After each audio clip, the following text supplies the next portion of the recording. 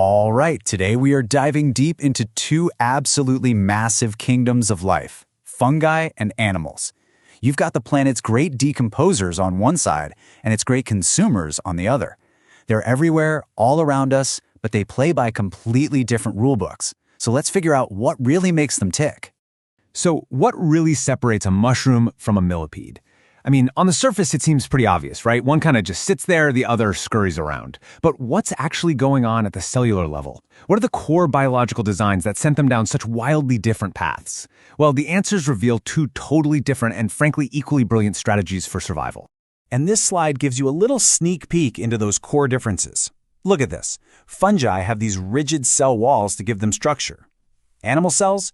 Nope, no walls, which gives them the flexibility for movement. And how they eat is a complete 180.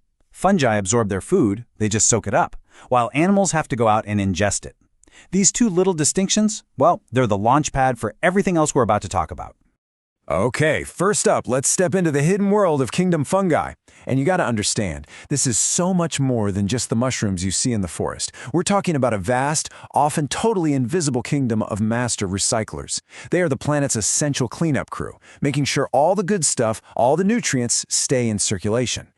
So what makes a fungus? Well, for starters, they have complex eukaryotic cells, which is just a fancy way of saying their DNA is tucked away in a nucleus, just like ours. But, and this is a big but, their cells are wrapped in a tough, flexible armor called chitin. Most important of all, they're heterotrophs. They can't make their own food. Their solution? To absorb it. And that one single trait defines their entire lifestyle, whether they're acting as decomposers, parasites, or even vital partners with other living things. Right, so this gets to the absolute heart of the fungal strategy. If you can't chase down your food, if you can't chew it, how in the world do you get the energy you need to live? It's a great question, and the fungal kingdom came up with an incredibly efficient, if a little unusual, solution. Get this. Imagine you could dissolve your dinner into a nutrient-packed soup before you even took a bite. That is exactly how fungi operate. They ooze out these super powerful enzymes into their environment, which break down everything from dead leaves to entire logs. Then they just absorb all those useful molecules. It's literally digestion on the outside. And the way they do this is by building these incredible hidden structures. It all starts with one tiny microscopic thread called a hyphae. That single thread grows and branches out, and then it fuses with others, forming this massive interconnected web called a mycelium. You can seriously think of it like a biological internet running just beneath our feet, constantly exploring and sharing nutrients. That mushroom you see? That's just the temporary fruit of this enormous hidden network.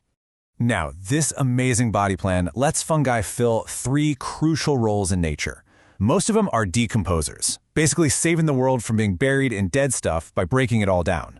Some are parasites, using other living organisms as their food source, and many others are mutualists, forming these ancient world-changing partnerships, like the fungi that connect to plant roots, acting like a massive root extension in exchange for some sugary snacks from the plant. Okay. So from that quiet, absorptive world of the fungi, we are now going to pivot to a totally different strategy for living. Let's enter Kingdom Animalia, the world of consumers, where things like movement, hunting, and grazing are the name of the game. So here's the basic blueprint for an animal. Just like fungi, they're made of lots of complex cells. But here's the first huge difference. Animals have absolutely no cell walls. That cellular flexibility is the key that unlocks movement. And when it comes to food, animals are all about ingestion. You eat first, then you digest internally. Their cells also team up to form specialized tissues, like muscle for moving and nerves for sensing. That's a defining feature of this whole kingdom. And within the animal kingdom, we see two major body plans. Some, like a jellyfish, have radial symmetry. You can slice them multiple ways through the center, kind of like a pizza, which is perfect for a life where you're just drifting and waiting for food to bump into you. But most animals, including you and me, have bilateral symmetry. There's only one way you can slice us to get two mirror images. This design is what gives us a distinct head and allows for purposeful, directed movement. The sheer diversity of Animalia is just mind-boggling. So to try and make sense of it all, let's go on a quick tour of 4 major evolutionary steps that really shaped the modern animal body. Our story starts with the simplest of the bunch, phylum Sideria. We're talking jellyfish and corals here. Their bodies are built on this really elegant 2-layer plan. You've got an outer layer for protection and an inner layer for digestion. It's a simple blueprint, but it's the foundation that all other animal complexity was built on. Next up, we see this huge evolutionary jump with the flatworms. They were the very first to develop a third cell layer called the mesoderm, which is sandwiched right between the other two. And trust me, this was an absolute game changer. It provided the biological raw material to start building complex internal organs, muscles, and all sorts of other cool stuff. Okay, before we go to our next stop, we need to talk about this one key concept, the colon. It's basically a fluid-filled cavity inside the body. This invention was revolutionary. It cushions our organs from bumps and bruises, gives them space to grow, and provides a frame for muscles to work against, which makes movement way more efficient. And that brings us to the segmented worms, like your everyday earthworm. They represent a huge milestone because they're the first group we've met that has both 3 tissue layers and a true colon. This winning combo unlocked a whole new level of biological complexity. So we've seen this clear progression, right? Simple to complex. But which group took all these amazing innovations and just ran with them, dominating nearly every habitat on Earth? Well, the undisputed winners are the arthropods. So what's their secret? What makes them so successful? Well, for one, a tough suit of armor called an exoskeleton. And get this is a wild evolutionary echo. That exoskeleton is made of chitin, the exact same material we saw in the cell walls of fungi. How crazy is that? Add in some super mobile jointed legs, a versatile body plan, and sharp senses, and you've got the recipe for the most successful animal phylum on the planet, hands down. Okay, we've gone through the unique playbooks for both fungi and animals. Now let's put them right next to each other to really nail down the big picture and see how their different journeys created 2 profoundly different ways of life. So here it is, the final breakdown. You can draw a straight line from their basic biology to their role on the planet.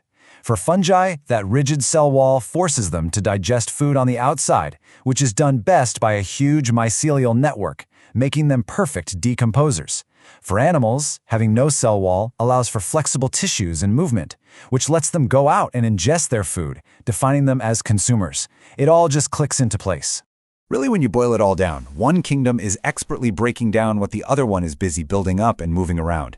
They're like 2 sides of the same biological coin, locked in this planetary cycle of decomposition and consumption that makes all complex life possible.